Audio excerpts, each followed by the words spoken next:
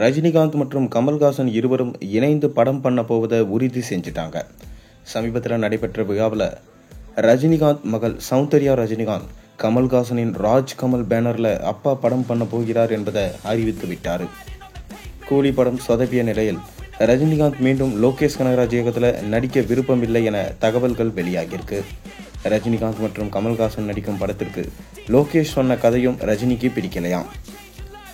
இந்நிலையில் ரஜினிகாந்த் மற்றும் கமல்ஹாசன் நடிக்கும் படத்தை இயக்கும் வாய்ப்பு இயக்குனர் நெல்சனுக்கு கிடைத்திருப்பதா லேட்டஸ்ட் தகவல்கள் வெளியாகியிருக்கு. அதாவது ஜெயிலர் படத்தின் மூலம்தான் சூப்பர் ஸ்டாருக்கு மீண்டும் பாக்ஸ் ஆஃபீஸ் வெற்றியை சாத்தியமாக்கி கொடுத்தாரு நெல்சன். தர்பார், அண்ணாத்தா என தொடர் தோல்விகளில் இருந்து ரஜினிகாந்த் மீண்ட நிலையில் ஜெயிலர் 2 படத்தையும் நெல்சன் தாறுமாறா உருவாக்கி வருவதை ரஜினிகாந்த் பார்த்து சந்தோஷப்பட்டது மட்டுமின்றி தானும் தனது நண்பர் கமலும் இணைந்து நடிக்கக்கூடிய படத்திற்கு உங்ககிட்ட ஏதாவது கதை இருக்காப்பா என கேட்க அடுத்த நாளே நெல்சன் சொன்ன கதை ரஜினிக்கு ரொம்பவே பிடித்து போய்விட்டதா தகவல்கள் கசிந்திருக்கு. கமல்ஹாசன் லோகேஷ் கனகராஜ் இயக்கத்தில் நடிக்கவே விருப்பமாக இருந்தார். ஆனால் ரஜினிக்கு பிடிக்கவில்லை என்றதும் அந்த எண்ணத்தை விட்டுவிட்டார். இப்போ நெல்சன் சொன்ன கதை அவருக்கு பிடித்து போக இந்த கதையையே பண்ணலாம் என கிரீன் சிக்னல் கொடுத்து விட்டார் என்று சொல்லப்படுகிறது. ஆனால் ரஜினிகாந்த் கமல் படம் உருவாவதற்கு முன்பா ரஜினிகாந்தின் இன்னொரு படம் ரெடியாகிவிடும் என்று சொல்லப்படுது. அருணாச்சலம் படத்தை இயக்கிய சூப்பர் ஸ்டாருக்கு மிக பெரும் வெற்றியை கொடுத்தவர் சுந்தர் சி. கமல்ஹாசனை வைத்து அன்பே சிவம் படத்தையும் அவர் இயக்கியிருந்தார். மூக்குத்தி அம்மன் 2 படத்தை விரைவிலே முடிக்க இருக்க சுந்தர் சி அடுத்ததா சூப்பர் ஸ்டாரை வச்சு பக்கா காமெடி ஜானர் படம் ஒன்ற ரசிகர்கள் கொண்டாடும் விதமாக கொடுக்க இருக்காரு. அந்த படத்தை முடித்து விட்டு தான் நெல்சன் இயக்கத்தில் ரஜினி கமல் நடிப்பாங்க என்று சொல்லப்படுது.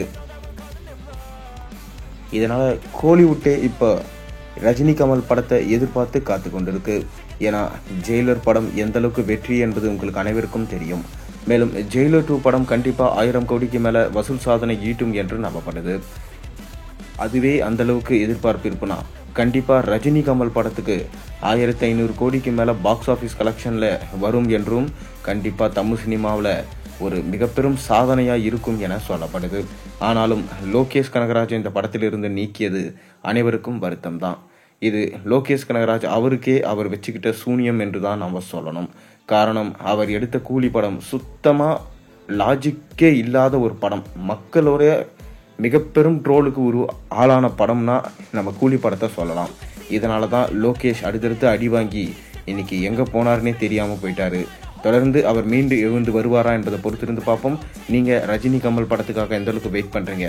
ஒருவேளை மீண்டும் லோகேஷை எடுத்தால் நல்லா இருக்குமா நல்லா இருக்காது? அவங்க கருத்துக்களை மறக்காமல் கீழே கமெண்ட்டில் சொல்லுங்கள்.